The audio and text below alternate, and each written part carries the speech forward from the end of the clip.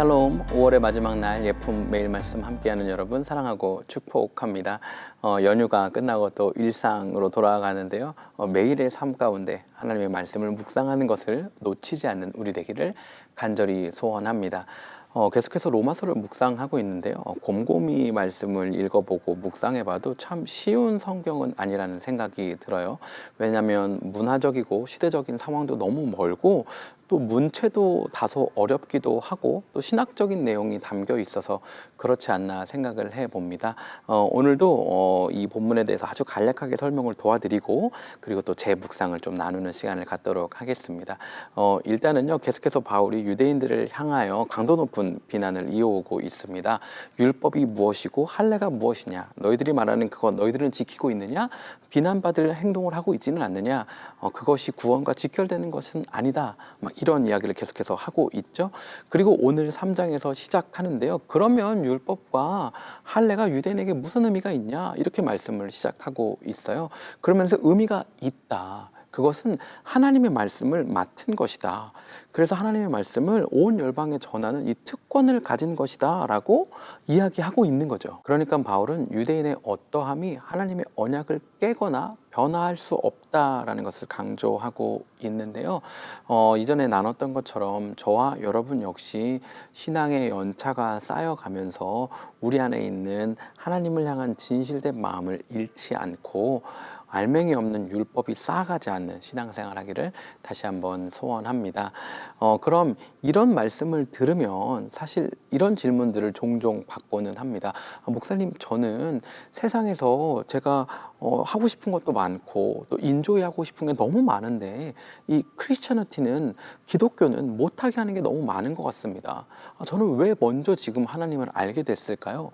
저는 제가 하고 싶은 거 마음대로 하고 쓰고 싶은 돈 제 마음대로 다 쓰고 인조이 다 한 다음에 죽기 전에 구원받았으면 그게 너무 좋은 것 같습니다 라고 종종 이야기하고 또 질문하는 경우들이 있습니다.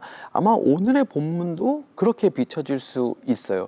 유대인들 율법도 다 지켜야 되고 할례도 받아야 되는데 막상 그건 구원과 직결되는 건 아니고 내가 이것도 포기하고 이것도 포기하면서 율법을 지키며 살았다고 생각했는데 또 이런 비난을 받고 다른 사람에게 이런 율법은 지키라고 강요할 수도 없고 그러니까 나만 손해보는 것 같고 그럼 하나님의 말씀을 맡았다는 건 무슨 의미인가 하는 생각이 들 수 있거든요. 여러분 사실 굉장히 일리 있는 이야기처럼 보입니다.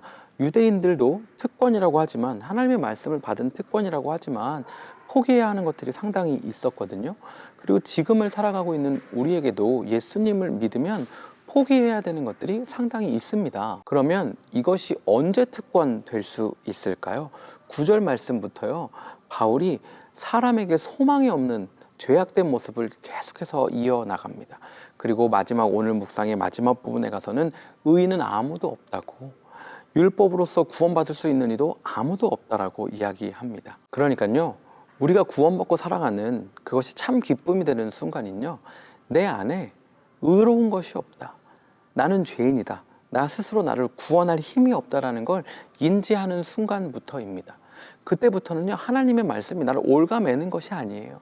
나를 구원해 주신 그 하나님의 말씀을 따라 사는 그것이 기쁨인 것입니다. 왜 죽기 직전까지 내가 하고 싶은 거 다 하고 죽기 직전에 구원받고 예수님 믿어서 천국 가는 이것이 행복한 것이 아니고요.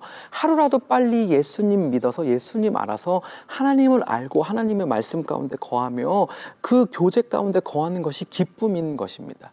그것이 언제 가능하다고요? 방금 말씀드린 것처럼 내 안에 의로운 것이 없고 죄된 나를 스스로 구원할 힘이 없다는 걸 아는 순간 그것이 기쁨이 된다라는 것입니다.